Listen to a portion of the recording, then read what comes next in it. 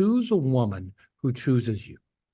Absolutely. We're always looking for that next shiny thing that's going to be the trick that makes everything work, because no one's ever taught us, you have to work at something. You have to actually, bring your A game. You got to show up with your lunch pail. You got to go through the difficult things. You got to learn to deal with tension, with anxiety, and learn to soothe yourself, and learn to ground yourself, and let go of these attachments to outcome that are causing your suffering. Because again, there's so many quick, easy fixes out there on the internet that, let me go pay my money. Let me go pay my money because, this guy tells me it's going to work. And anyway, there's my little rant about how much I love guys and working with guys, because I really do. I hear you. One thing that I found in my own experience as I went through my self development process about 10 years ago is that some of the nice guys are right with respect to honesty. When nice guys are dishonest, when they're hiding their intentions, when they're executing the covert contracts, they usually get rejected the vast majority of time, but they tend to get rejected nicely.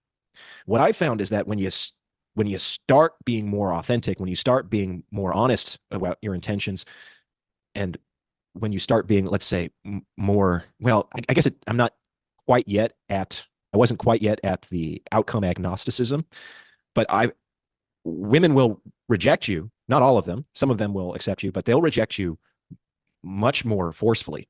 Good. It's like I've never been so, how do I put this?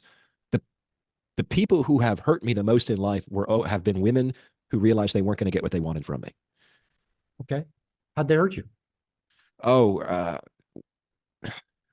with yelling and screaming, verbal abuse, destroying property, false allegations, spreading rumors, reputation destruction, things like that. I'm done spending an obscene amount of money on takeout every week. Done. I'm getting back on track with Factor. Fresh. What did that have to? I'm actually confused. What did that have to do with you being truthful and upfront? What I'm suggesting is that when you're nice, you tend to not get what you want, but you often don't get you don't get like the vindictiveness, the crazies. Kind of.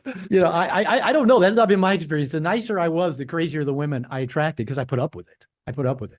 Here, let me back up just a little bit. When you mentioned the rejection, I'm a big fan of rejection.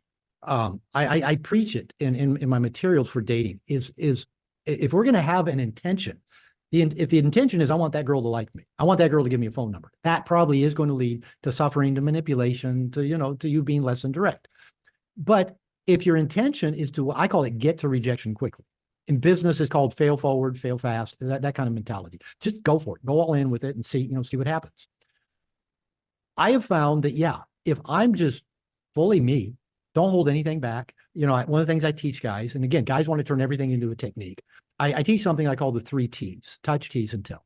I never meant it to be a technique, but guys will always go, teach us more about how to touch. Teach us more about how to tease. I go, no, that's just a reminder. Don't hold back.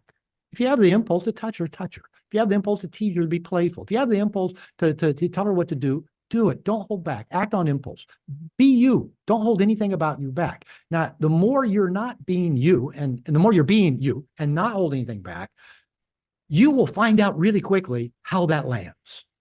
And that's what you want to know. If you're being nice and using covert contracts and what I call nice guy seduction, of doing things for her, listening to her for hours on end, paying off her car payment, whatever it is, you can never find out, is she into you or not? But if you actually don't hold back by practicing what I call that getting to rejection quickly, you can let go of your crush, you can let go of whatever unrealistic fantasy you had about her, and move the fuck on and open the door for somebody that's actually going to come into your life and treat you well. Now, the women who are vindictive and treat you badly, now, I've been there too. But the truth of it is that's a boundary issue of a problem that when a guy's trying to get a woman to like them, they tend to ignore those red flags early on. They see the bad behaviors early on. But my tendency, and a lot of nice guys, my superpower is talking a woman down through and over and getting her back to good. And so unfortunately, if I do that in those early warning signs, it keeps me hanging out with a woman that I'm going to keep seeing a worse and worse side of her. And when a woman lashes out and acts vindictive towards you, I'm going to venture a guess there were probably warning signs that a guy saw that he ignored prior to that. It rarely comes completely out of the blue. It's possible. And certainly if she didn't run out of the door, I showed her the door very soon afterwards. I guess my point is I'm agreeing with you in the sense that the more you come into yourself, the more you come into your masculine, the more you're not afraid to want what you want and to live your life as you see fit, I would say a proportion of women become much more attracted to you. And if and when you do not give some of those women what they want, hell hath no fury like a woman scorned.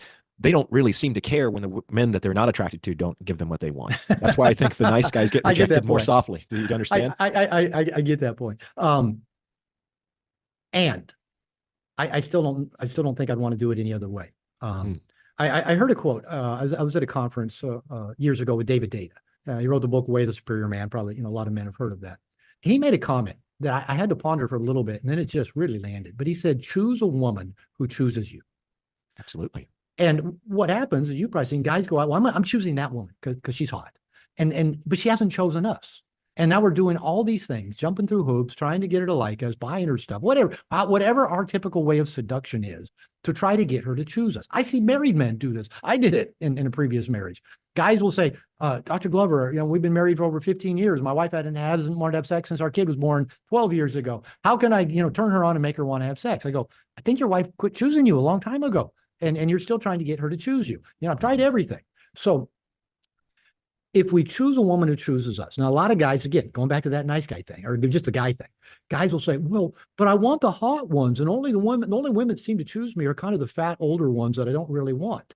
And I go, okay, I get it. I'm not going to argue that point. But that's not been my experience. My experience is that I've been out there being me. I'll keep coming back to that.